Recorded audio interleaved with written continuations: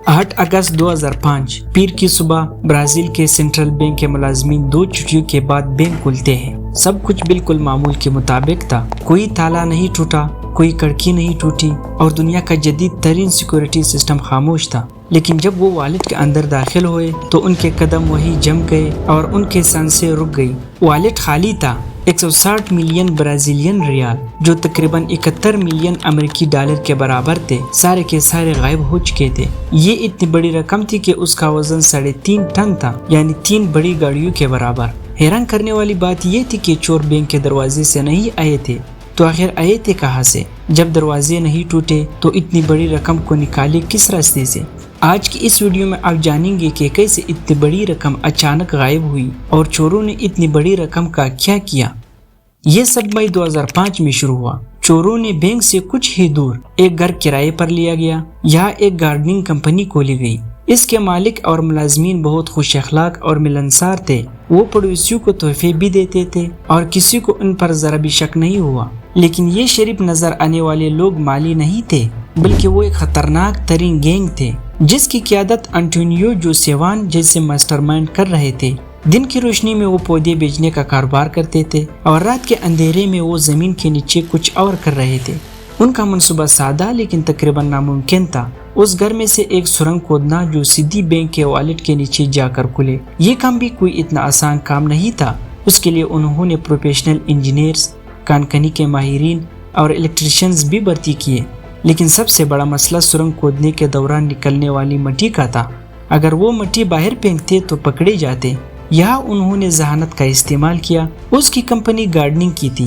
वो रोजाना मिट्टी से भरी गाड़ियाँ बाहर बेचते थे। उनके पड़ोसी ये समझते थे कि ये उनके काम का हिस्सा है। आप जरा तस्वर करें 12 फुट नीचे क्या हो रहा था। ये कोई आम सुरंग नहीं थी, ये सिर्फ 2 फुट चौड़ी थी और इतनी गर्मी थी कि सांस लेना मुश्किल था। ऑक्सीजन की कमी थी और हर लम्हा ऊपर मौजूद शेर के वजन से सुरंग के बैठ जाने का खतरा था।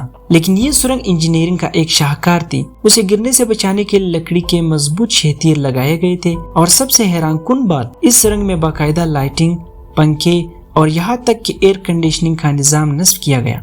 ये 25 से 30 लोग पर मुश्तमिल एक पूरी टीम थी जो शिफ्टों में काम कर रही थी। 3 महीनों तक वो मुसलसल खुदाई करते रहे और तकरीबन 30 टन मिट्टी निकाली।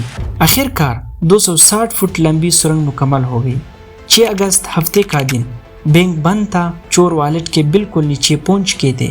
अब आखिरी और सबसे खतरनाक मरहला था वॉलेट का फर्श तोड़ना। ये कोई आम फर्श नहीं था, बल्कि 1 मीटर मोटा स्टील और कंक्रीट से बनाया गया था।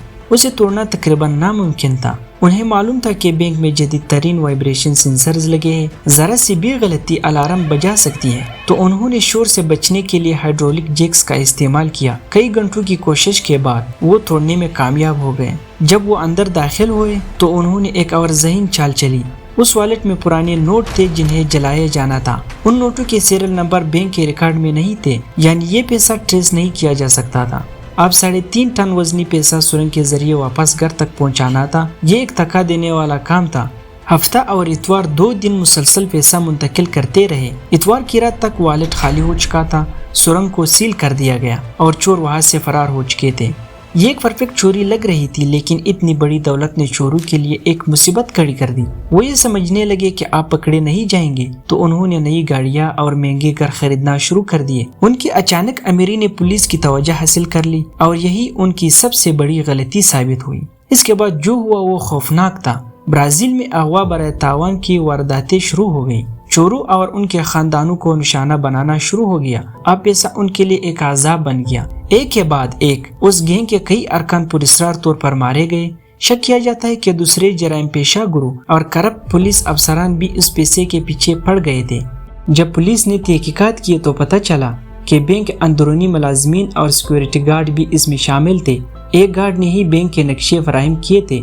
लेकिन एक सवाल आज भी माहिरीन को परेशान करता है, वो ये कि उन्होंने इतनी मेहनत सिर्फ उन नोटों के लिए क्यों की जिन्हें वैसे भी जलाना था। यहाँ एक हैरान करने वाली थ्योरी सामने आती है जिसकी वजाहत अभी तक नहीं हो सकी। कहा जाता है कि इस डकैती का असल मकसद पैसा नहीं था, बल्कि उन पुराने नोटों के साथ एक खुफिया ब्रीफकेस छुपाया गया था जिसमें ब्राजील के सबसे ताकतवर सियासतदानों और माफिया लीडरों के खुफिया बैंक अकाउंट की तफसीलात मौजूद थी। ये चोर दरअसल किसी और चीज के लिए काम कर रहे थे। پیسہ تو صرف ایک چال تھی تاکہ دنیا کی توجہ اصل ہدف سے ہٹائی جا سکے۔ بالآخر کئی سالوں کی محنت کے بعد پولیس نے 2008 میں ماسٹر مائنڈ انٹونیو جوسیوان کو گرفتار کر لیا۔ اسے 49 سال قید کی سزا سنائی گئی اور گینگ کے تقریباً 20 ارکان بھی پکڑے گئے۔ لیکن سب سے حیران کن بات یہ ہے کہ چوری شدہ 160 ملین ریال میں سے آج تک صرف 20 ملین ریال ہی برآمد ہو سکے ہیں، باقی 140 ملین ابھی تک غائب ہیں۔ آپ کے خیال میں باقی پیسہ کہاں غائب ہو گیا؟ اپنی رائے نیچے کمنٹس میں ضرور بتائیں، اور ایسی ہی مزید دلچسپ کہانیوں کے لیے چینل کو سبسکرائب کرنا نہ بھولیں۔